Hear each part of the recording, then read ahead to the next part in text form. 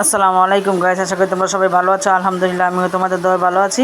প্রতিদিনের মতন আজকেও তোমাদের মাঝে রান্নার ভিডিও নিয়ে আসছি। আজকে দুন্দুল দিয়ে আলু দিয়ে চিংড়ি মাছ দিয়ে রান্না করবো। ফার্স্টে পাতিল বসিয়ে দিয়েছি, পরিমাণ মতো তেল, পেঁয়াজ, কাঁচামরিচ কুচি দিয়ে দিয়েছি, একটু নেড়ে ছেড়ে দিব। নেড়ে ছেড়ে দিয়ে চিংড়ি মাছটা দিয়ে দিব। চিংড়ি মাছটা ভেজে নিব। চিংড়ি মাছটা আমি আগে থেকে কেটে দিয়ে শুকিয়ে নিয়েছি। বড় বড় চিংড়ি দিয়ে রান্না করছি, দেশি চিংড়ি নেই। এটা ধরো ভেজে নিয়েছি। এখন দিয়ে দিচ্ছি একটু পানি, 1 চামচ হলুদ, 1 চামচ মরিচ, পরিমাণ মতো লবণ দিয়ে দিচ্ছি। দিয়ে একটু নেড়ে ছেড়ে দিব। মশলাটা কষানো হয়ে গেছে।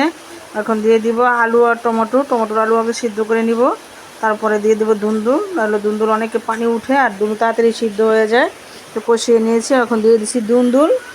আর অনেকটাই দেখবা পানি উঠবে দুন্দুল থেকে। দুন্দুলটা একটু নেড়ে ছেড়ে দিচ্ছি।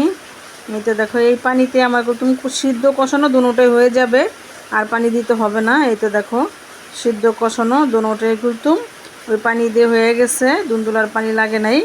এখন দিয়ে দিচ্ছি ধনিয়া পাতা কুচি। এই তো ধনিয়া পাতা কুচি দিয়ে দিচ্ছি। দুন্দুল দিয়ে চিংড়ি মাছ দিয়ে আলু দিয়ে রান্না হয়ে গেছে। রান্নাটা যদি তোমাদের ভালো লাগে, লাইক কমেন্ট শেয়ার করো। আল্লাহ হাফেজ।